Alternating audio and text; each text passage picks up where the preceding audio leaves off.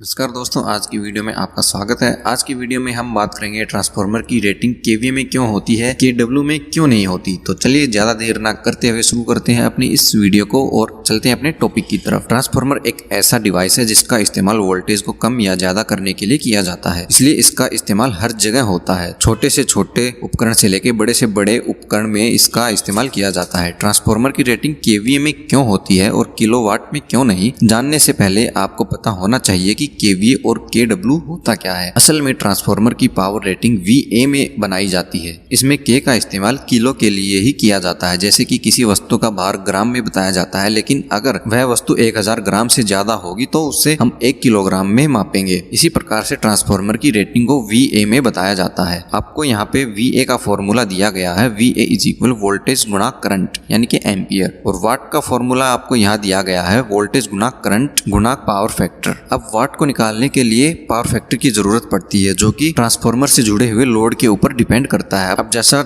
Load transformer के साथ जुड़ा हुआ होगा उसी प्रकार का उसका पावर फैक्टर होगा। अब आपको पहले लोड के बारे में बताते हैं कि लोड 3 प्रकार के होते हैं। नंबर 1 रेजिस्टिव, नंबर 2 इंडक्टिव और नंबर 3 कैपेसिटिव।